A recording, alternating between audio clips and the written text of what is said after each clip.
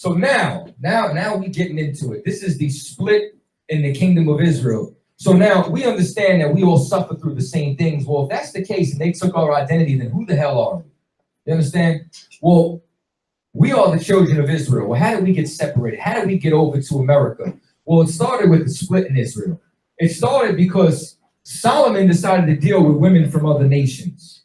And as a result, remember what the scripture says. The scripture says if you deal with a woman from another nation, your heart shall, not it might, but it shall turn from the Most High. And as a result, he was not perfect with the Lord like his father David was. Do you understand? And that's what it says right here, as the heart of his father David was. For after Solomon, so Solomon started to worship after their gods. You understand that he did evil in the sight of the Lord. Next slave. Next slave. My God. Next slide. They didn't program you. The kingdom ain't here yet. Yeah. Failure to lock you. Oh, all right. So now what happens is that he eventually gives the kingdom to Jeroboam. You understand? And takes 10 pieces, he says, for the northern kingdom. Meaning what? Jeroboam, Ephraim, became the king in the north, the head of the northern kingdom, and took 10 tribes with him. You understand? But he shall have one tribe for my servant David's sake, and for Jerusalem's sake, meaning what? He was a Judite. So Benjamin stayed with him. Now, the whole thing is that, well, what about Levi? Levi wasn't considered a tribe. Now, I'm not saying Levi is not considered Israel. Don't confuse it. You need land. You need to have inheritance is land. Levi didn't have land. Levi's inheritance was the sacrifices of the Most High. So as a result, Levi would be in the tribe of Ephraim, in their land, in Simeon's land, in Issachar's land, in Judah's land, and they would be performing the sacrifices. They would be performing the office of priesthood. So as a result, there was still considered 12 tribes, though there was really 13 because of the tribe of Dan. Now, the thing is with Dan is that Dan didn't go and conquer land to get an inheritance. You read about that in the book of Judges. Instead, Dan ended up moving in with Manasseh. And when we went into the Assyrian captivity, Dan never came out. So therefore, Levi ended up taking the place of Dan so that there's still 12 tribes. Next slide, please. And the priest, so now this is 2 Chronicles, the 11th chapter and the 13th verse. The priests and the Levites that were in all Israel resorted to him out of all their coast.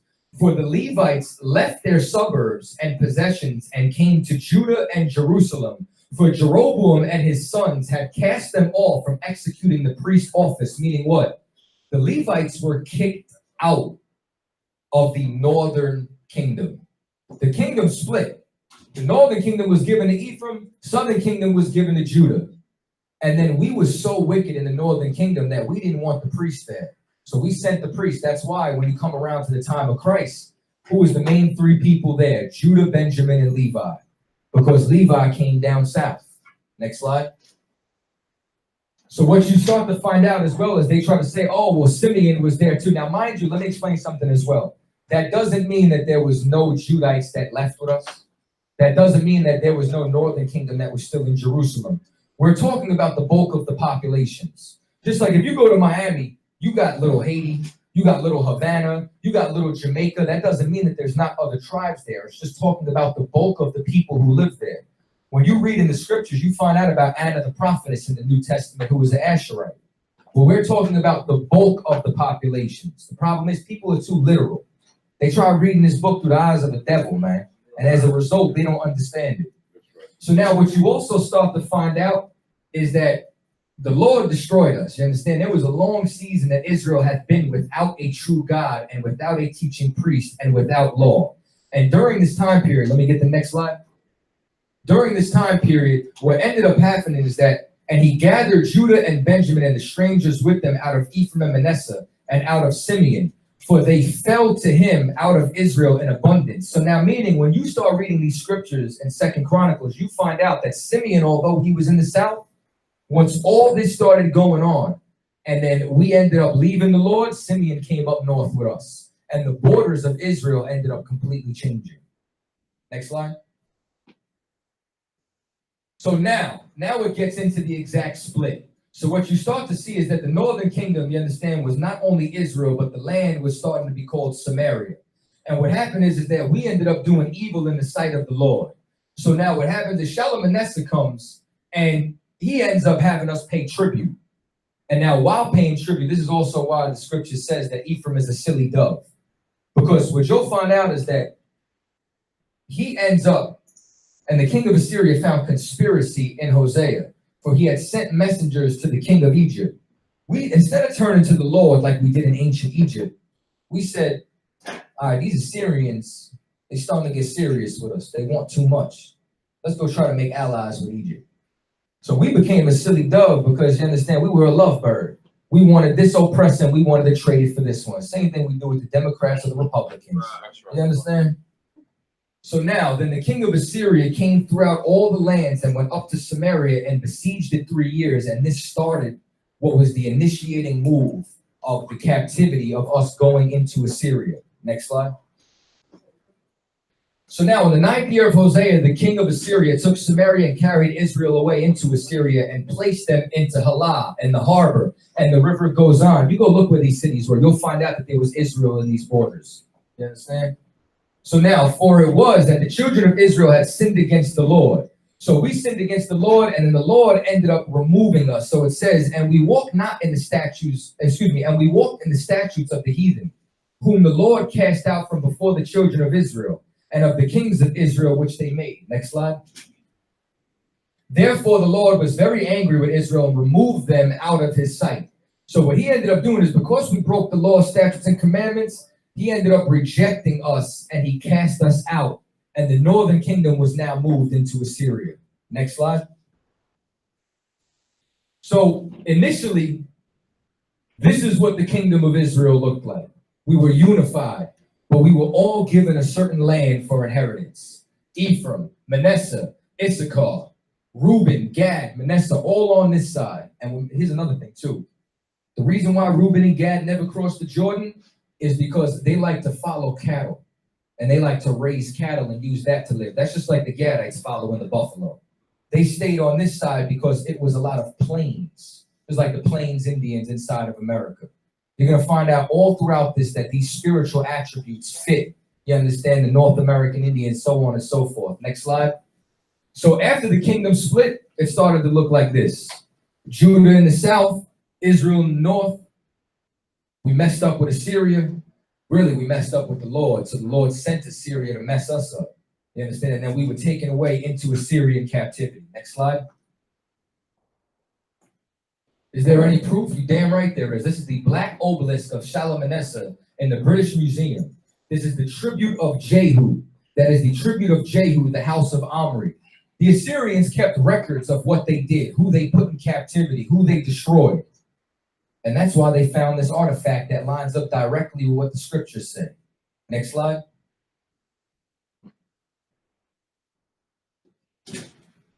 So now, accompanied by 4 attendants, King Shalmaneser stands beneath the parasol with Jehu bowing down. This is how disgraceful it is, man. Our king had to bow down to a damn heathen, man.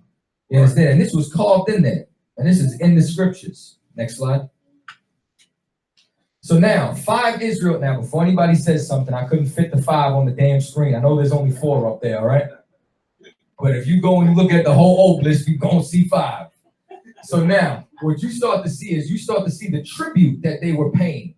These are all copper tins, and it's all filled with precious metals and rubies and gold and silver. All the things that they brought because we were paying tribute. And when we stopped paying tribute, that's when they locked Hosea up, besieged the northern kingdom, and then took us on over into captivity. And this right here is them taking us into captivity. Next slide. So now, this is one of my favorite scriptures. 2nd Ezra, a scripture that so many fake Israelites do not understand. You understand? So these are the 10 tribes those are the 10 tribes which were carried away prisoner out of the land at the time of Hosea. Hosea is the Greek transliteration of Hosea. So Hosea the king, whom Shalmaneser, the king of Assyria, led away captive. He carried them over the waters, because remember, they took us into the riverlands. They took us onto the borders of their empire. You go into history, you'll find out they put us in the military and we would defend them from foreign invaders.